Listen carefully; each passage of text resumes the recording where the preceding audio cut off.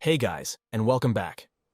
The skill to identify the right supply and demand areas to trade is one of the most basic yet important techniques in smart money concepts. After numerous trades and backtesting on multiple pairs, we realized that supply and demand areas operate more effectively when they are accompanied by specific conditions. These conditions serve as critical filters, enhancing the accuracy and reliability of our trading decisions. So, in this video, we are going to show you the rules we use to identify high-probability supply and demand zones that are respected in the market. Additionally, we'll demonstrate our technique for marking them on the chart, alongside the psychology behind these concepts and multiple chart examples. So guys, if that's something you're interested in, as always, hit the like button to show your support, and subscribe to our channel if you are new. See you guys after the intro and disclaimer.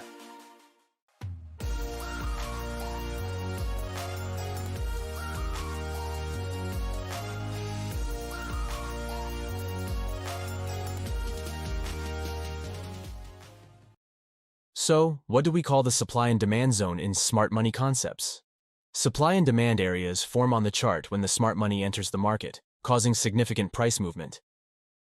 It is a zone where the price has rapidly pushed away from, so lots of orders have been placed there. But not every significant price reaction considers a key supply and demand zone. We have multiple rules for identifying a key zone. Number 1, it must create imbalance. Number 2, it must break a structural level. And finally, it has to create or collect liquidity. So basically, we have 3 major criteria for a supply and demand zone. The areas that fulfill these criteria are considered key supply and demand zones. The rest are considered internal structure and minor levels. Imbalance, inefficiency, and fair value gaps are highly similar concepts. When smart money enters the market, it creates imbalance between the buyers and sellers, causing significant price movements with gaps between the wicks. Now, in this case, the price is buy-side inefficient, and we have fair value gaps between the wicks. The fair value gap is a 3-candlestick pattern, where the wicks do not meet. Now here you can see examples of efficient and inefficient prices. As you can see in the second one, the wicks meet in the middle, so we do not have fair value gaps in inefficiency. Now how can we use this to our advantage? When the price moves significantly and leaves fair value gaps behind, the price usually returns to these areas to fill the gap and restore balance. Combining this with the supply and demand concept allows us to identify potential trading opportunities. Here in this example, the price is moving in an uptrend. In this area, the price has created fair value gaps, indicating buy-side imbalance and sell-side inefficiency. Below the imbalance, we can find the demand zone, as this demand zone has contributed to the imbalance. Let's imagine if the price created another pullback, and we have another demand zone. The key difference is that the second demand zone has no imbalance. Therefore, there's a greater chance for the price to make a deep retracement to the demand zone that created the initial imbalance. This is because the inefficiency will act as a magnet for the price to come and fill this gap. So, witnessing this scenario on the chart, we will aim for the demand or supply zone that created the imbalance. This zone has a greater chance to reverse the price compared to zones associated with efficient movements. The next criterion is breaking the market structure or changing the character. A supply and demand zone is only valid if it breaks the structure or an opposite side zone. Let's imagine we have 1, 2, and 3 consecutive moves that break above the previous market structure with imbalance. Therefore, we have a valid demand area. Once again, we have a break of structure with imbalance, creating another demand zone. Now, if the price returns and revisits this area, it could present a good opportunity to go long. However, if the price manages to break the demand level to the downside, it indicates a change of character, showing bearish momentum. The supply has taken control and a supply zone has formed. Now we are bearish until we reach the next unmitigated demand area ahead of the price. After reaching the demand zone, we no longer have a clear directional bias. We have to observe the price action to see if the demand is being respected or not. If we get confirmation in the lower time frames, we can take long positions with reduced risk. If the price shows no signs of bullish momentum, we can continue looking for short opportunities. Now the third or +1 criterion is collecting the liquidity. This is considered a +1 criterion because it is not necessary to create or sweep liquidity in order to have a valid zone. However, it serves as strong confirmation. So the first and second rules, creating imbalance and breaking the structure, must happen. And the third criterion, liquidity sweep, is just a confirmation. When price creates supports and internal structures before reaching a demand level, it increases the chance of bouncing off that level. Because all of these supports attract traders to buy the asset. Their stop loss is considered sell orders, and if the smart money wants to buy this asset, it needs sellers in the market. This dynamic creates a scenario where price tends to bounce off the demand level as buyers step in to take advantage of the perceived value, and sellers' orders are absorbed by the buying pressure. With all being said, forming liquidity grab patterns inside the supply and demand zones are great confirmations for short-term market structure shifts. After the liquidity grab pattern formations, the market will move away towards the liquidity zones on the other side. But how does a valid liquidity sweep pattern and reversal occur on the chart? Imagine that below the lowest point of this wick is where the liquidity exists. So, in a valid liquidity sweep pattern, we want to witness a wick breakthrough at this level and immediately close above the range.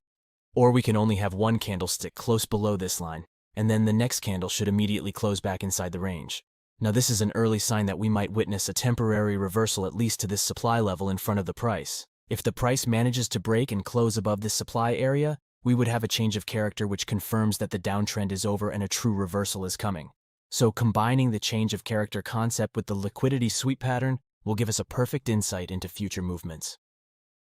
Now let me show you some practical examples on the real chart to demonstrate how we analyze the market movements and mark the supply and demand zones. But before we continue, if you're curious about how we stay updated on financial news and fundamental analysis, well, we rely on Fastbull, one of the best trading websites with various useful trading tools. This site provides one of the most accurate and detailed economic calendar, a tool we use every day before starting our technical analysis. 24/7 economic live streaming also allows us to stay informed about the latest trading world's news and fundamental analysis.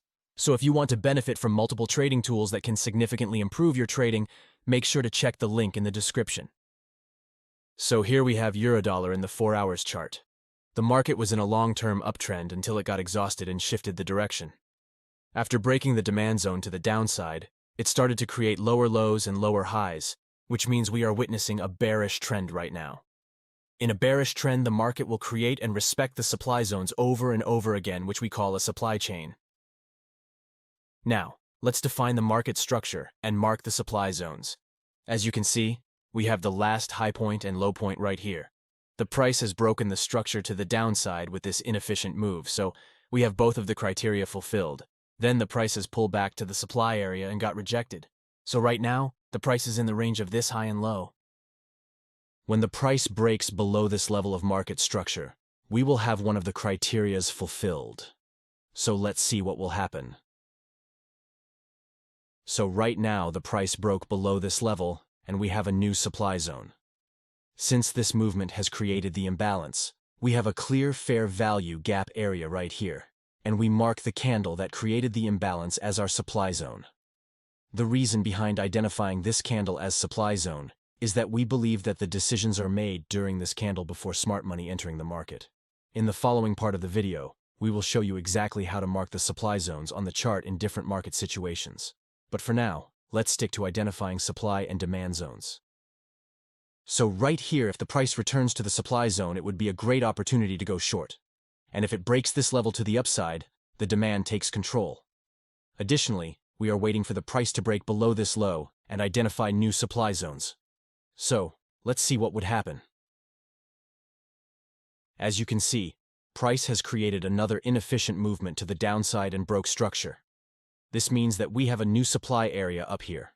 Once more, we have new inefficient movement with break of structure. So we mark our supply zone. Now, as you can see in this example, we have a very strong downtrend. And in a strong trending market, the pullbacks are usually small, and that's why the price drops before reaching the supply areas.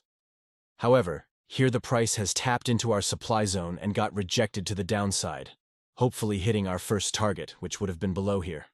So, once again, we would have new supply areas if the price continues pushing downwards. And this method goes on and on for identifying new supply and demand levels. So basically, in this technique, we pay attention to three major concepts: inefficiency, breaks, and liquidity sweeps. You could use any trading setups to combine with the supply and demand concepts. But before using them with real money, you should backtest it on past data to obtain the performance. Backtesting allows you to build the required confidence and prepare for potential risks associated with the trading. But unfortunately, it can be very time-consuming. That's why we use Trader Edge to backtest our exclusive trade strategies. If you're interested in using Trader Edge as your backtesting tool, check out the link in the description. Now, let us see a bullish example. Here we are on the 4-hour chart again, and as you can see, the price is in a bullish trend, creating higher highs and higher lows. This was our latest key supply zone right here, which by breaking above, we have a shift in market direction. So, we can apply the concept we have discussed in this video to the chart to identify key demand areas. These are all the demand areas that meet the 3 criteria: inefficiency, break of structure, and liquidity. Now let me show you how to mark the right area as our supply and demand zone in different market scenarios. Imagine we have a market movement with inefficiency like this. How would you mark your demand area to set a buy limit? As we mentioned earlier, the last recent candle before the inefficiency is considered our demand zone because we believe that decisions are made during this candle before smart money enters the market. If the price returns to this area, it might reject the price and provide us with a trading opportunity. However, it is not a law that the price must return and get rejected from this exact box we have drawn. In a strongly trending market, price often forms small pullbacks that do not reach the marked supply and demand area, which can lead to many missing trades. On the contrary, in markets with deep retracements, price might penetrate below our zone and then decide to push higher. So here the question is how to mark our demand area to have a high probability trade, avoid getting stopped, and missing the trade. One of the main factors to consider here is what our risk-to-reward ratio is in this trade. If we have a considerable space before reaching our first target, which is above here, maybe we can extend our demand zone because we will never know when the price might reverse. If we also add the candle to our demand area, we would still have a good risk-to-reward ratio in this trade, and our stop will be safe below this swing low. Additionally, we can add the latest bearish candles to our zone, which makes our demand area larger. This will reduce our risk-to-reward ratio. However, the solution for that is to zoom into the lower time frames when the price reaches our zone and enter at a better price when we get the confirmation. It's impossible to define rules for every scenario that might happen, but the important point here is that you need to consider 3 key factors when marking your supply and demand area: risk-to-reward ratio, stop-loss placement, and retracement levels. Now let's talk about the wick zones. Here, we have a bullish movement with inefficiency and break of structure. We can see that this is the latest candle that has created the imbalance. So by default definition, this is going to be our demand area. However, we have a wick formation that penetrated below the candlestick and swept the liquidity, and then the market pushed higher. So, in this scenario, we will add the wick to our demand zone because the buying orders lie in this wick. But this will make our zone much larger. That's why sometimes we prefer to only consider the wick as our supply and demand area. Or we can always look for confirmations in the lower time frames to enter the market if we have a large zone. Now let's see some real chart examples of wick zones. As you can see here, we have a movement with clear imbalance and a break of structure. This is the candle that created the imbalance, so normally we would mark this zone as our demand area. But we have a wick that grabbed the liquidity right after the demand candle. Therefore, since we have a great risk-to-reward ratio and space before reaching the next target, we would add this wick to our demand area as well. So, guys, that's it for this video. I hope this video provided value to you. If it did, please go ahead and smash the like button to show your support. And if you're new here, consider subscribing to our channel. See you in the next episode.